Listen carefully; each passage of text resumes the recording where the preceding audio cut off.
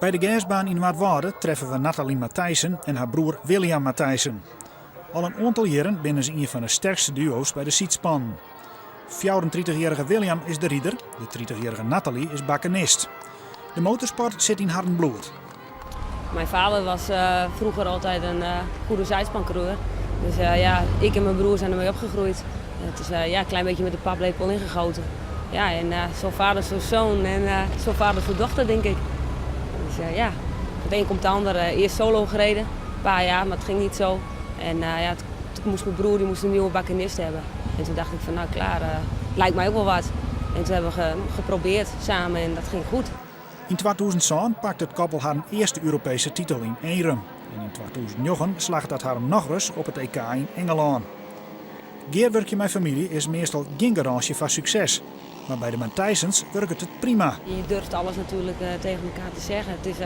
Het is heel anders dan dat je zeg maar, met niet familie rijdt. Je kent elkaar door en door.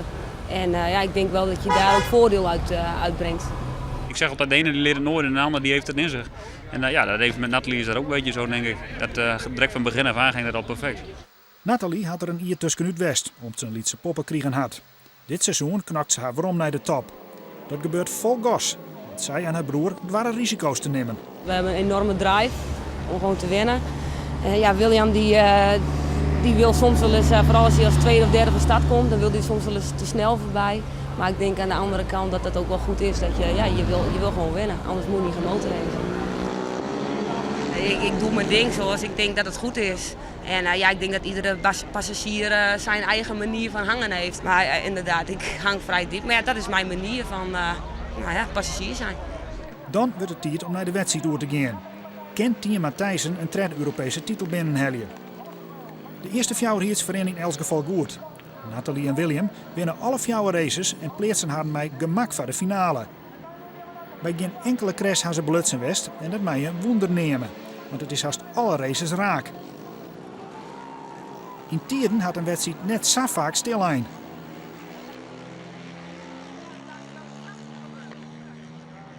En dan op naar de finale. 6 teams verschijnen aan de start. Team Matthijssen met nummer 9 en de grote concurrent binnen de Duitsers Thomas Kühnert en Marcus Eibel met nummer 10. De start is net heel best. Binnen Mark Dets en Bonita van Dijk met nummer 5 die de leiding nemen.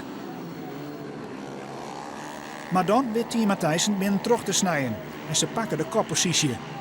Van dat moment af weten de Matthijssens dat die tweede titel van haar wezen kan.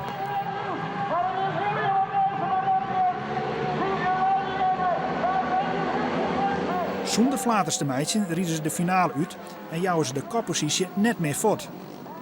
Nathalie en William worden voor de tweede keer in haar carrière Europees kampioen.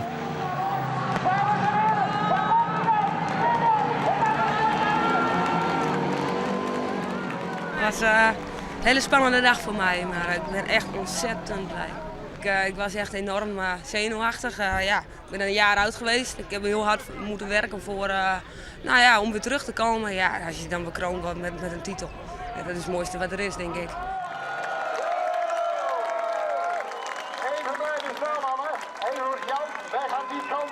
Is dit al het bewijs dat broer en zus prima samen kunnen? Ja, dat denk ik wel. Ik denk het wel. De derde keer Europees kampioen nu. Nou, dat is toch wel redelijk uniek voor een Nederlander zijn. Hè? Dus gaat perfect. Ik ga nog een paar jaar door nu.